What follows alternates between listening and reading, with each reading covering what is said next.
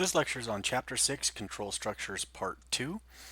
So today we're just going to continue on with some more boring syntax about C# so we can get the basics out of the way. So the first thing we're going to talk about is the for structure. So always remember we've got these code snippets here, so we can just type for tab tab, and that'll give us the basic syntax for anything within these code snippets. So in this for structure, you'll also notice that now I can just press the tab key and it'll actually tab back and forth between the items that I'm going to need to fill in. So within a for structure, you first have the initialization part of the for loop where we can initialize as many variables as we want. The vast majority of the time you're going to do something like this: for int I equals 0 to start it at 0. And then we would have the condition statement, which the for loop will continue as long as I is less than length. Again, this is something that you need to fill in, so something like 10.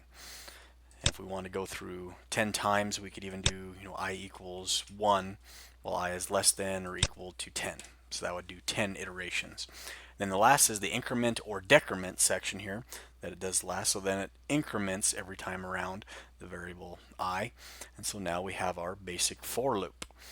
Again, this should look very similar to C++ and Java. Again, that history lesson of C# where there's a reason this looks exactly the same. There's just so many developers that are so familiar with this type of syntax that it's really easy for someone coming from C++ or C or Java and jump right in and be productive with C#. So let's take a look at an example from the book now. So here's a example 6.5. You can see it's a very easy program where we're just doing a for loop. We're setting the initial variable number to 2 as long as number is less than or equal to 20. And here you'll notice we actually increment it by 2 every time through the loop, and then total plus equals number. And you'll notice because there's only a single line, they haven't put the brackets there. Let's go ahead and do a little debugging. So when we run this, it's going to hit our debug point. We can see we're going to initialize, we're going to test our statement, then we're going to jump and actually do the code, come back up, and now we're going to do this increment, and then we're going to do our test, and then come back through. So it's nice that when you're debugging here, you can actually see which part of the for statements are actually executing at which time to help you get your head wrapped around exactly how this works. Pretty exciting. So the other thing we want to talk about now is variable scope. So where you actually create your variables matter. And it matters in the sense that, so here we've got a variable declared within this method main, which means that total can be seen and it's going to exist in memory everywhere from where it's instantiated all the way till the end of the method. If we go back to our example code here and we say we create a private variable j, now this is a class level variable, which means that this class level variable can be seen anywhere within the class itself. It can't be seen outside of the class because we've made it private. If we'd made it public, it could be seen outside the class. Now if we were to have declared a variable here, maybe int k, now this can only be seen from here till this closing bracket. Or so if we instantiate any objects in here or any variables, it's actually going to get cleaned up by the garbage collector within the .NET framework as soon as it recognizes that, hey, this variable or object was declared within this method, there's no way it can ever be used again, and so now it's going to be able to reclaim that memory. Now with a for loop, you'll notice that we declare the variable here I, so if I actually type I here, we can see that it actually knows about I. But if we go outside of our for loop, you can see it has no idea where I is. So it's kind of nice, even within the telesense, it's showing you where the scope of a variable exists. And so that's variable scope. Let's go ahead now, we'll close down this example from the book. Let's take a look at the next one. So here we're going to take a look at the do while structure. So we can see we're saying with the do statement, we're always guaranteed to execute at one time. So maybe you want to print out a menu, or you always want something to occur once. Then you want to do a post test. So that's the purpose of a do while statement. Hey, I want it to execute one time first. And so you can see we're just going to write out to the console, increment it, and always do this at least once, and then we'll continue on while this is true. Then we'll go on to the next line. So that's the do while statement.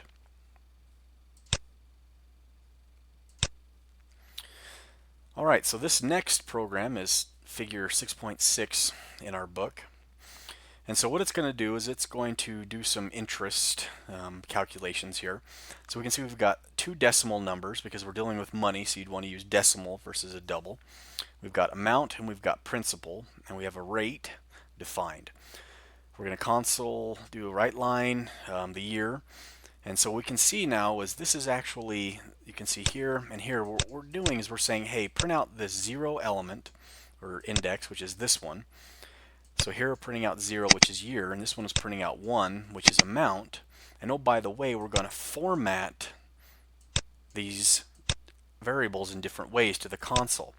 And so I'm going to have another example we'll look at it in a minute, and this just tells you how many formatting spaces. This says to output it in currency. And in another example that I actually show you, the chapter 5 and 6 example program, we're going to go through some of these specific formats and how you do them. So then we come down here and we've got this for statement.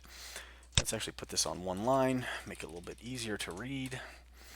So now we've got our for statement, so we can see we have a year. Well, year is less than or equal 10, so we're going to go through 10 times. We're going to calculate this amount, so we've got principal times this.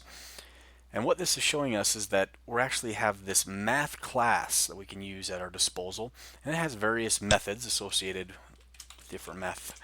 So we can do the absolute value, we can do cosines and sines, we can do the floor, or we can do the max, we can do min, we can get the constant pi if we need to in our calculations, we can round numbers, etc., etc.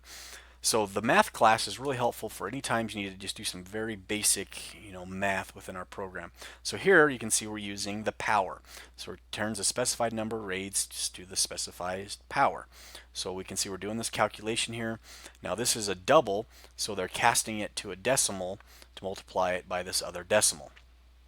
And then we're just displaying that data here. So that's the string.format is another way that we can do this within here, and that's what we'll do later on. So it's the same thing as saying string.format, and then you can pass in different format structures just like they're doing within these statements here. And again, we'll look at that exactly in the other piece of code we're going to look at. So let's take a look at our famous gradebook program from the book. This is figure 6.9. So we can see the same thing. We've got that course name. We pass in the course name. Got a display message. We're going to input some grades from the user. We can see we're entering the integer grades in a range from 0 to 100. Blah blah blah. So while input does not equal null, we're going to read the grade, increment the total, increment the grade counter. And so now the new piece of code is this method called increment letter grade counter. And so the idea being is that we're just going to count how many A's, B's, C's were in this particular class or within these grades.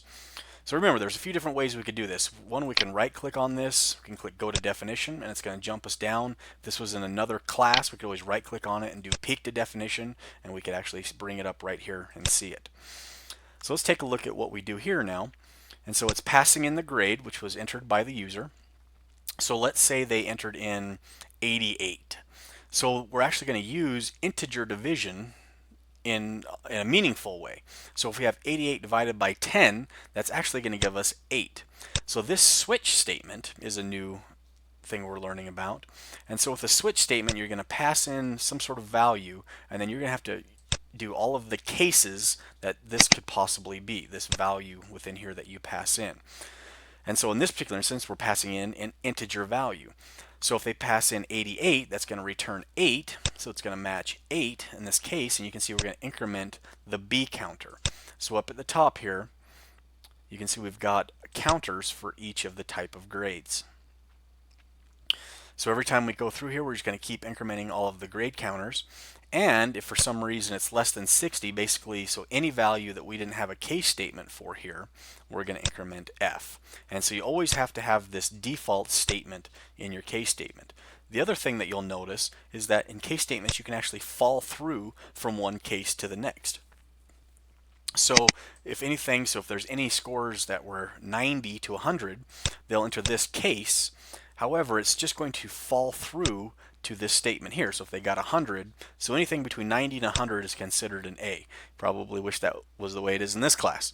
And anything from 80 to 90 is going to be a B, etc., etc.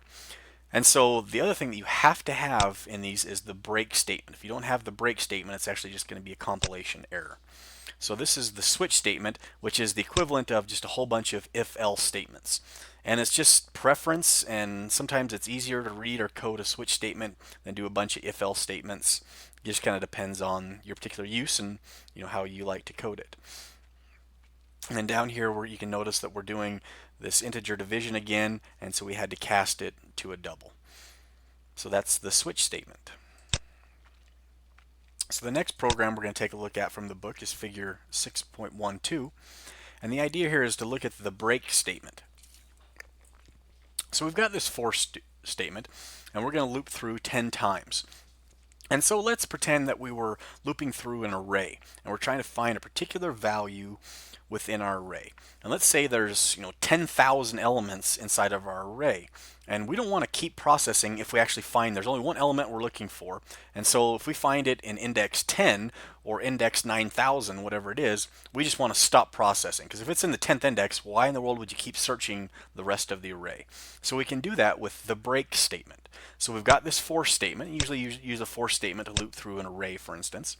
And what you do is okay, hey, I've met some sort of condition. I found this particular element, or some condition is true, so we hit break.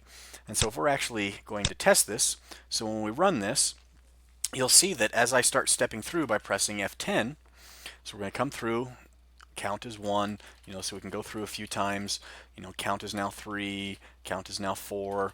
And so rather than going all the way through 10 times, as soon as it hits 5, now it's going to hit this break statement. You can see when you highlight break, it also highlights the structure, because you could have nested for statements. So this is actually going to show you which for statement this break corresponds to. So now if I hit F10, you can see I actually break out of that for loop. So I didn't go through all 10 times. So that's where you can use the break statement. Now the next statement that we will learn about is the continue statement.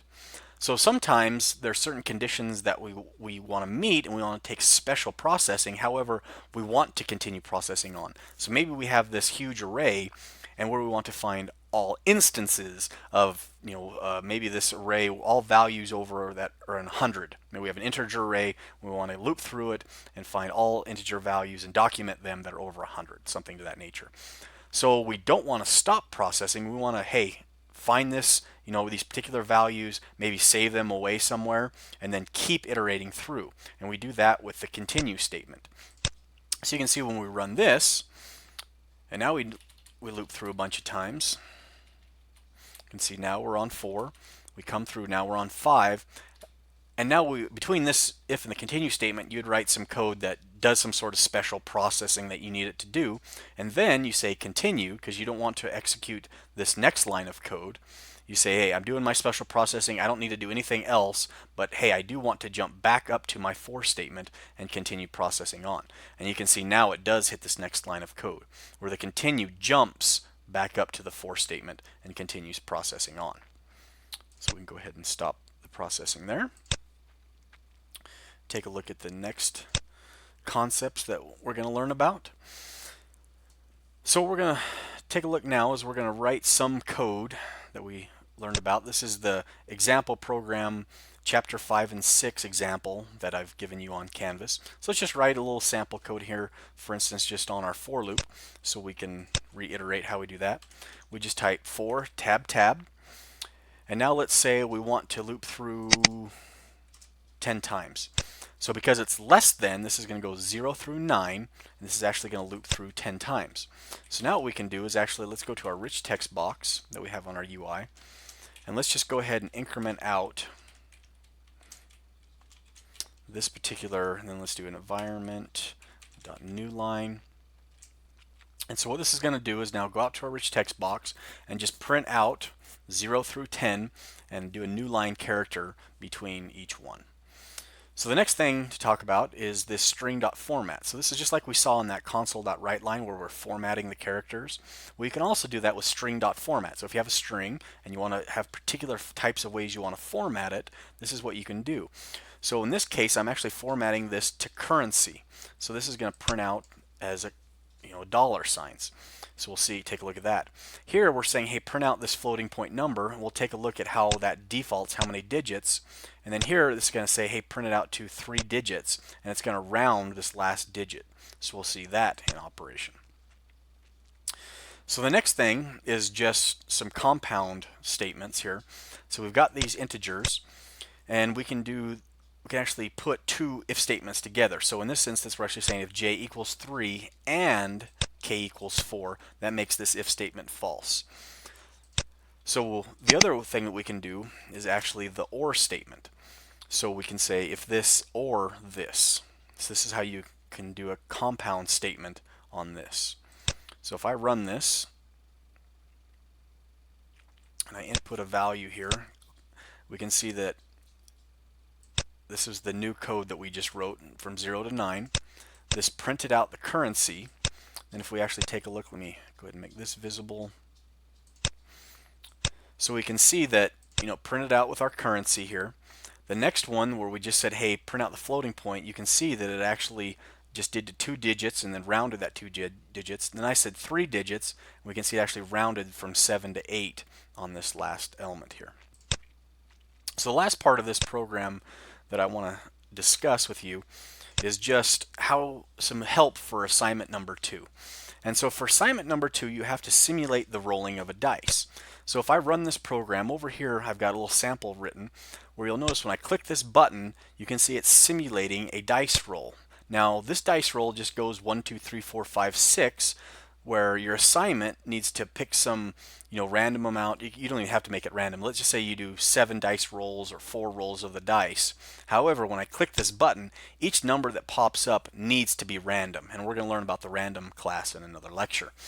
And so it would go from 1 to 5 to 2 to 6 to 1 to 4 and simulate that dice rolling. Now the way that this is actually doing this is a terrible way to do it. It actually locks up this whole user interface. We're going to use a concept called threading. In a later lecture, we're going to actually explain multiple threads and threading and how you would do animations and those kind of more advanced concepts. So I just wanted to show you a way to do it that it works just fine for this program. It simulates the dice rolling. However, again, you would never do this in the real world, because you'll notice if I click this button, see how my UI is locked down and I can't type anything, I can't do anything, until this comes back. So this is actually taking up and locking down my UI to create this animation. But let's take a look at how I actually did this. So if we take a look now, so I've got that picture box, and you want to set the picture box size mode to stretch image. Now generally you would just do this right within, you don't need to do this every button click. I just wanted to remind you of this, so I put this right here.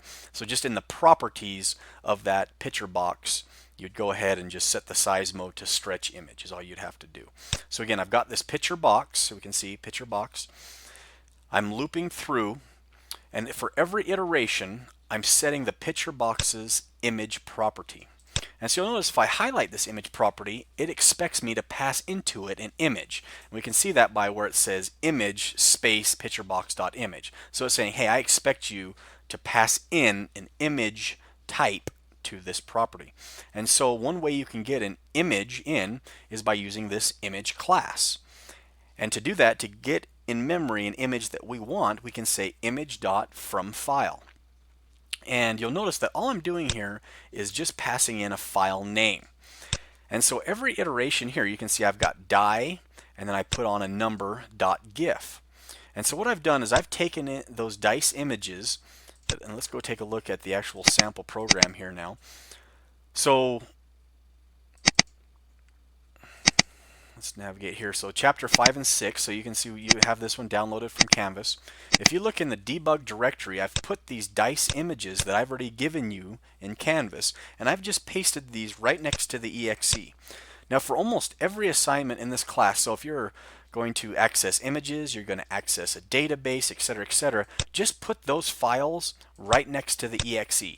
And that way, if you just reference those files without the full path, it always looks in the same directory as your exe. So always just put them right in here with the exe, or else within here you'd have to fully qualify it. You'd either have to do some, code to figure out which directory you're in, and then so that way it was dynamic and you're not hard coding. So that's a one mistake I find a lot of students will make, is they'll actually hard code paths. So they'll actually do their C drive, with their username all the way to where their GIFs are located, where you actually want to do it this way, or you'd want to actually use the directory or file class to get these. So again, I'm just saying die, and you'll notice that this says die1.gif. And so that's actually creating this file name right here to display, then this file name, etc., etc. And so that's how I'm actually doing that. And so this loads the image into the image property. Now, again, because we're doing this in a bad way that you should never do, we actually have to tell that image box to refresh. If you don't put this refresh statement, it will not refresh the UI. So what I mean by that is, again, I want to show you this because this is a common question I'll get, a mistake on the program where you forget to put this refresh statement in. Now watch what happens. It sits here and it's just going to display 6. And the reason for that is because it's actually going through this whole for statement, and that actually doesn't get updated on the UI until this method actually gets exited. So we have to force the UI to actually refresh this image box every time through. So we load the image, refresh the image. Then what we want to do is we want to actually we need to simulate the dice rolling, so we have to pause it a little bit. So if I didn't do this, it would actually happen so fast that you'll notice it just comes up 6. You can kind of see it flicker there sometimes. So we have to actually put a little sleep into our code to kind of slow it down. So this actually puts the entire UI to sleep, and this is why the whole thing locks up, is we're actually staying within this method, so our UI actually locks up. So we can kind of make this go slower if we were to put in 1000 milliseconds. So this is every second now we're going to see our dice change. So you can see every second. But now again, I can't type any, I can't click any buttons, until the UI actually starts handling input again. So you just kind of pick a number here that will help you with this. So this kind of code right here, you can just literally copy and paste this, put this in your assignment, then you just have to make sure that you change this so it randomly changes the dice.